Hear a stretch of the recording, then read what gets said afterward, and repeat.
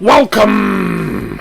I've got two LPs to open and show you today from a company I've never ordered from before, but one that I've been seeing advertising. I think mainly I've seen their ads in Instagram stories. The website is called Coda Records.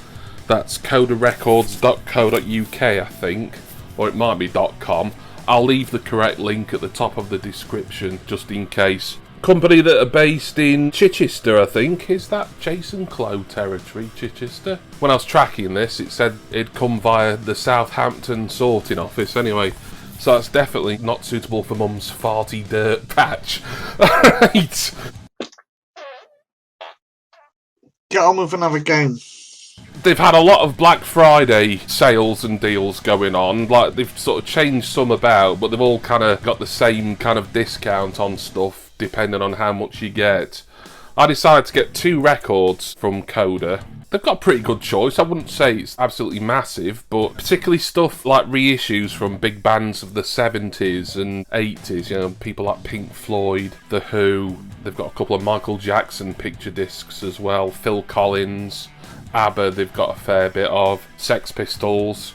So quite a wide range, and they've got a few more sort of modern artists there as well. But I just thought I want to give them a try around the Black Friday period because of the discounts, and a couple of really good albums here. Well, one of them I used to own on cassette back when I was young, and finally got it back into my collection. And the other one, well, if you saw my last Retro Vinyl Club subscription unboxing, you'll know how delighted I was with a certain picture disc. And there's another very similar picture disc here. So the total price for this order, I think the records are reduced to something like £18.75 each. And postage was free, I think. I think postage is free over £20 here, which isn't bad, considering I think their normal prices kind of start around the sort of £20 mark, and a lot of their albums are more sort of at the £30 mark, but I think they're often having sales and discounts on, not just for Black Friday and the such like. Let's try and get into this as safely as I can. So as I say, one of these albums I used to have on cassette, probably got it when I was about, I don't know, 11 or 12, something like that. Been threatening to get this or another album by this particular artist back into my collection for a long time now, and I'm really excited about the other album that I bought. And I think at the discounts there was, what, 25% off both of these. Good prices, really. Ah, lovely. So the first album I'll show you is the one that I used to have on tape some 30 odd years ago. It was one of, I think, 2 or maybe 3 albums by this band at Coda Records, but because this is one that I used to have and I used to like, this was the one that I went for. This is Permanent Vacation by Aerosmith. This is a Back to Black Universal reissue. I think this was reissued, from what the website said, around 2016 possibly, so obviously a more modern version of an album that would have originally come out. When was Permanent Vacation originally out? Around 87, 88. Now, the 2 Aerosmith albums I used to own on tape were this one and Pump. I think I preferred Pump overall, but I liked them both. I was quite keen on Aerosmith, sort of in the early 90s, before I moved more into indie and new wave and certain types of dance music. But for a little while I was kind of a bit of an Aerosmith nut. But I only ended up having the 2 albums, and that was probably their 2 kind of big ones from the late 80s, turn of the 90s really. Permanent Vacation and Pump. If Pump had been for sale at Coda and I'd managed to get a discount on it, I would have probably ordered that as well and just had them both here today. But it was just Permanent Vacation out of those 2. Quite iconic sleeve this. I do remember this sleeve very well, albeit in a smaller form, as I used to have the cassette tape. What songs do I remember on here? Heart's Done Time, the first track on side 1. I think I remember that. That was pretty good. Ragdoll. That may have been a single, that. It sounds familiar anyway. Dude Looks Like a Lady. Everybody knows that.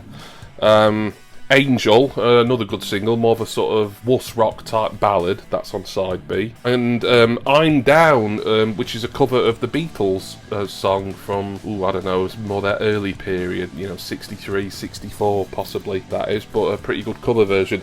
So yeah, I'm not going to get this open because I know this isn't a coloured record.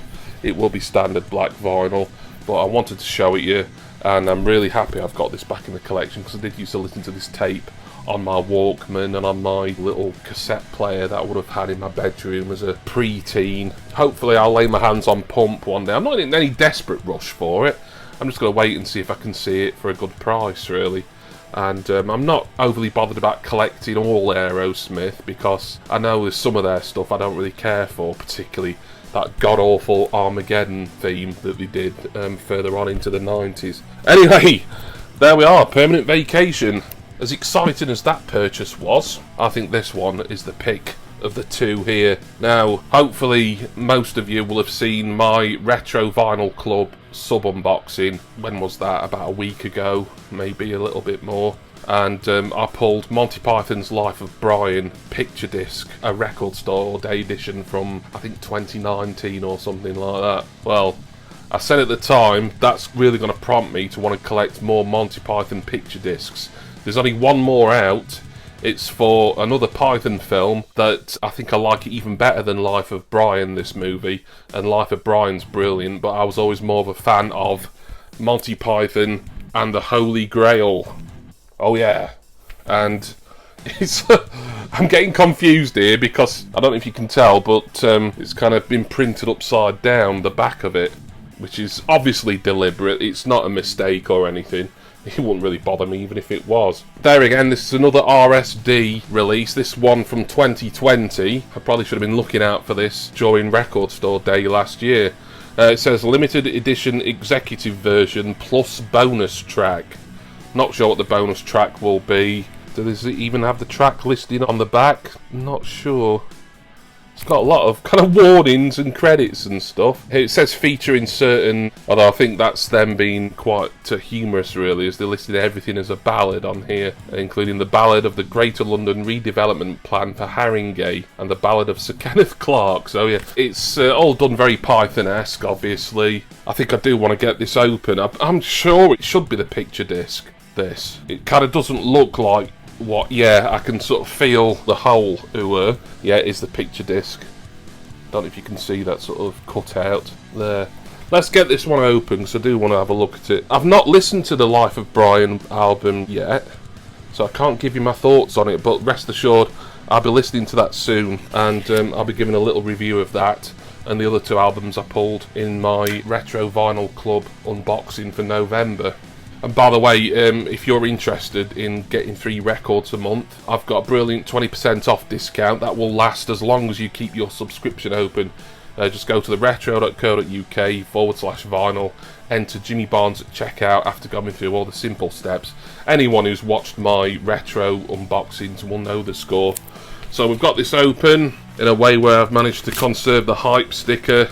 Oh no, it's got an insert at the back of the outer sleeve there. It's very dark. I'm filming in the evening and I can't really see anything these days, but kind of looks like a bit of a script on one side. Nice. But let's have a look at the picture disc. So as is often the case, the picture disc comes in a clear, a transparent inner sleeve. Oh, nice. So yeah, we've got the majority of the album artwork on side A, and then on side B we've got quite a sort of serene photograph of some of the Python crew there. In fact, is it all of them? Yeah, it is all of them. A little bit dark to my eyes, but yeah. Graham Chapman, John Cleese, Eric Idle, Terry Jones, Terry Gilliam and Michael Palin. So I think that's nice. Because I've not listened to my Life of Brian album yet, I've not really had a good look at the picture disc itself, because I've not opened it yet. I'll try and put some photos up of that, if you want to see them, in my December retro unboxing, so look out for that. But yeah, really happy. So I've got both of the Python picture discs, in my collection now. As most of you will know, I'm a massive Monty Python fan. I have been since I was a child. It's something my dad got me into when it used to be repeated on BBC Two late at night in the late 80s and early 90s. He'd record it. A funny story, I remember winning a Monty Python contest in the Mail on Sundays magazine when that would have been around 1994, I think. So it was commemorating their 25th anniversary, because the Pythons, the Flying Circus, originally began in 1969, and it was part of their kids section in their You magazine, the Mail on Sunday. Yeah, I don't know why my parents had the Mail on Sunday. It wasn't quite as bad as it is now back then, I think. I think my mum quite liked the glossy mag, and there's always a nice kids section with comics in it, and they always had a competition in the back of the kids pull-out bit, and there was one to win a Python book, the Big Red book, which was actually blue,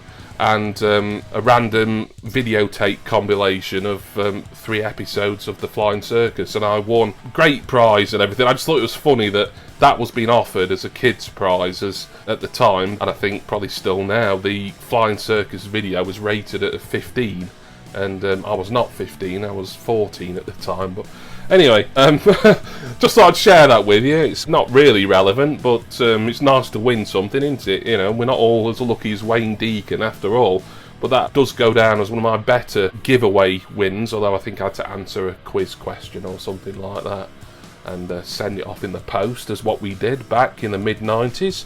But thank you to Coda, great first order from them, with Monty Python's Holy Grail soundtrack, and also delighted that I've got Aerosmith Permanent Vacation back in my collection after all these years too. So great stuff there. Thank you all for watching, and I want to give special thanks, like I always do and always will, to my subscribers and my beautiful, generous patrons. Marvellous people, all of you. Please see all my usual affiliate links and a Patreon link and a Facebook group link for that matter as well, all down in the description text box. Lots of great stuff there. I'm going to go now, and which to play first? I've probably got to play Holy Grail first, and then I've got to give Life of Brian a listen, certainly within the next few days or so, as I need to make a few notes about that and give you my thoughts on it come retro vinyl subscription unboxing time, which hopefully will be by the end of the month, but what with it being Christmas, post can get delayed and stuff, so don't be surprised if that particular video is a little bit late, like early January, but it's a monthly sub, so you know it's going to come around sooner or later. Anyway, that's it for me. Please join me again next time for my next vinyl record mail opening and unboxing. Cheers everyone. See ya!